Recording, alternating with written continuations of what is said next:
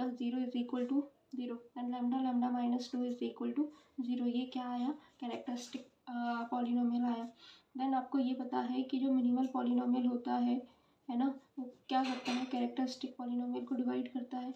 तो यहाँ से मिनिमल पॉलिनोमियल की चॉइस क्या है, लैम्डा, ठीक है, लैम्डा। यहाँ से मिनिमल पॉलिनोमियल की चॉइस जो है वो आपको क्लियर समझ में आ रही होंगी कि लैम्डा लैम्डा माइनस 2 ही मिनिमल पॉलिनोमियल हो सकता है।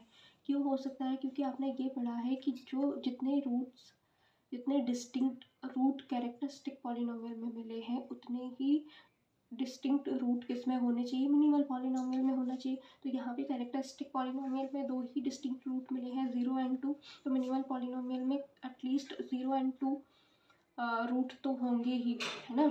तो यहाँ से क्लियरली मिनिमल पॉलिनोमियल भी आपका क्या हो जाएगा, लैम्डा लैम्डा माइनस 2। और इस थ्योरी को थोड़ी सी डिटेल में अगर आप लोगों को जानना है तो मुझे कमेंट करिए, मैं आपको वो भी समझा दूँगी।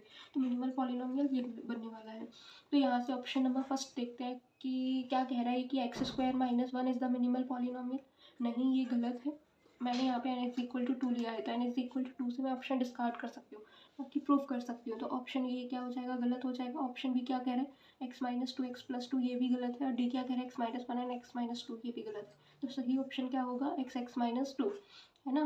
तो इस ऑप्शन, ये तीनों ऑप्शन गलत हो गए, इस वजह से मैं ऑप्शन सी टिक कर पाई ना कि मैंने ये प्रूफ दिया है। क्योंकि कभी भी एग्जाम्पल प्रूफ नहीं होता है। आप चाहते हो कि इस तरीके के का डेटा सेटिस्फाई करने वाला जो मैट्रिक्स, उसका मिनिमल पॉलिनोमियल यही बनेगा। तो इसका प्रूफ मैं दे दूँगी, है ना। मुझे कमेंट करिए अगर आपको इसका प्रूफ चाहिए तो। बाकी सी इज़ द करेक्ट ऑप्शन। तो क्वेश्चन नंबर 51 का करेक्ट ऑप्शन क्या होगा, सी।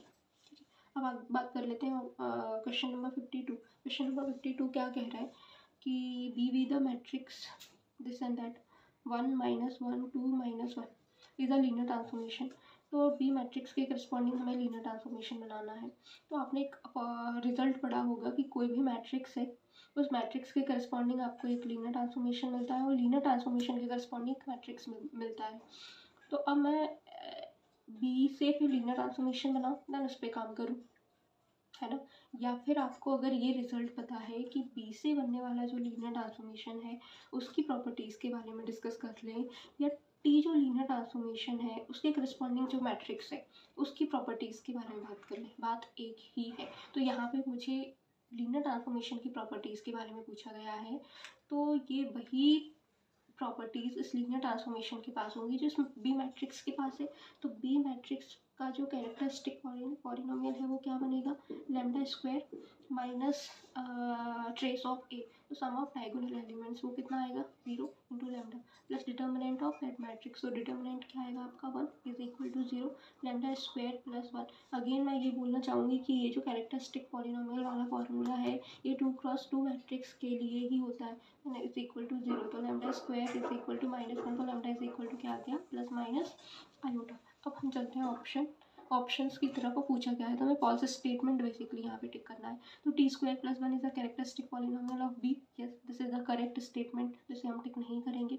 B has no eigen value in R, this is also correct statement, तो हम इसे टिक नहीं करेंगे। एंड डी ऑप्शन क्या कहता है, बी इज डायगोनलाइजेबल मैट्रिक्स। अब आपने ये स्टेटमेंट पढ़ा होगा कि ए कोई n क्रॉस n ऑर्डर का मैट्रिक्स है और उसके पास n डिस्टिंक्ट आइगन वैल्यू है, तो वो मैट्रिक्स डेफिनेटली क्या होता है, डायगोनलाइजेबल होता है। वो मैट्रिक्स क्या मिलेगा आपको, डायगोनलाइजेबल मैट्रिक्स मिलेगा। तो यहाँ पे बी मैट्रिक्स है, तो बी मैट्रिक्स की जो आइगन वैल्यूज़ है वो plus iota and minus iota है। तो ये जो बी मैट्रिक्स है ये डायगोनलाइजेबल है क्योंकि इसके पास डिस्टिंक्ट आइगन वैल्यूज़ हैं। और ये जो रिजल्ट है ये सफिशिएंट रिजल्ट है, नेसेसरी नहीं है।